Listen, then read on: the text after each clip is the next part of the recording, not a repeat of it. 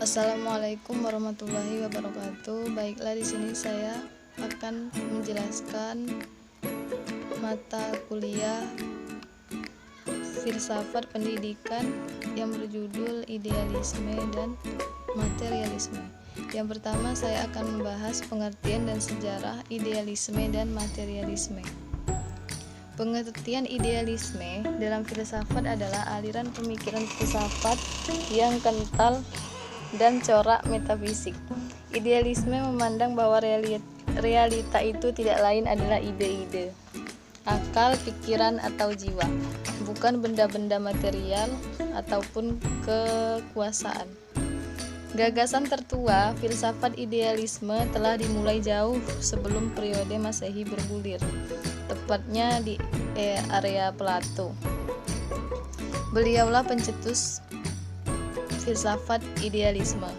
Adapun menurut pendapat para ahli tentang pengertian idealisme ini antara lain sebagai berikut. Yang pertama, menurut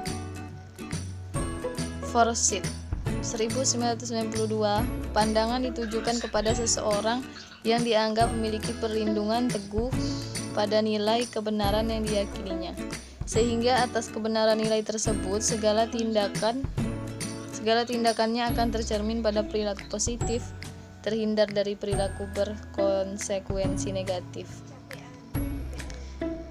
Istilah idealisme itu tentu saja telah menjadi istilah atau frase yang sering kita dengar, bahkan kita pakai dalam kehidupan sehari-hari. Akan tetapi, istilah idealisme dalam filsafat selalu mempunyai arti berbeda dengan dari kata idealis dalam bahasa sehari-hari.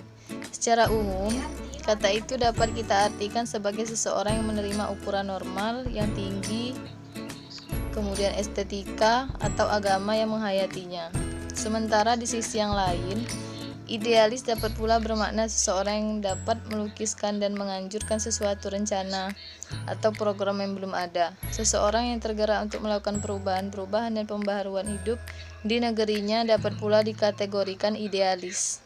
Itu yang dimaksud idealisme. Kemudian idealisme itu berguna atau digunakan untuk menyanjung atau bermakna peyoratif sebagai bentuk cemoohan kepada seseorang yang memperjuangkan tujuan-tujuan yang dipandang mustahil atau utopis dicapai. Sementara dalam arti filosofis, istilah idealisme memiliki kode kata capai. Sementara dalam istilah lain, ia memiliki arti ide dari kata ideal.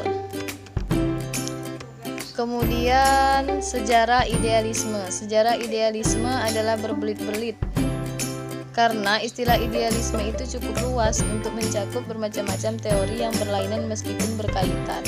Maka sejarahnya itu ada banyak, tidak cukup untuk diceritakan satu-satu. Salah satunya adalah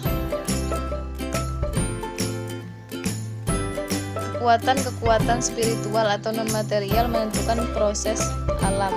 Dengan cara ini, filsafat idealis menentang filsafat naturalis yang menganggap kekuatan-kekuatan tersebut timbul pada suatu tahap yang akhir dari perkembangan alam. Dalam arti yang lebih sempit, istilah idealisme dipakai untuk menunjukkan filsafat yang memandang alam dalam arti yang pasti sebagai bersandar kepada jiwa. Kemudian lanjut ke pengertian materialisme. Kata materialisme terdiri dari kata materi dan isme. Materi dapat difahami sebagai bahan, benda, segala sesuatu yang tampak. Kemudian materialisme adalah pandangan hidup yang mencari dasar segala sesuatu yang termasuk kehidupan manusia di dalam kebendaan semata-mata. Dengan mengesampingkan segala sesuatu yang mengatasnamakan segala sesuatu yang mengatasi dunia indera. Kemudian sejarah materialisme itu memiliki pandangan sejarah yang dialektik dalam proses kerja dan laju perkembangan ekonomi yang dikembangkan oleh Karl Marx dan Friedrich Engels. Dalam pandangan ini, bukan kesadaran manusia yang menentukan demikianlah keadaannya mereka, tetapi demikianlah keadaannya sosial mereka yang menentukan kesadaran. Hal ini berfaedah manusia ditentukan oleh produksi mereka. Adil apa yang dihasilkan mau cara mereka berproduksi. Cara manusia berpikir ditentukan oleh cara mereka melakukan pekerjaan. Oleh karena itu, kita tidak perlu memperhatikan apa yang dipikirkan manusia, tetapi cukup melihat bagaimana cara beliau melakukan pekerjaan tersebut.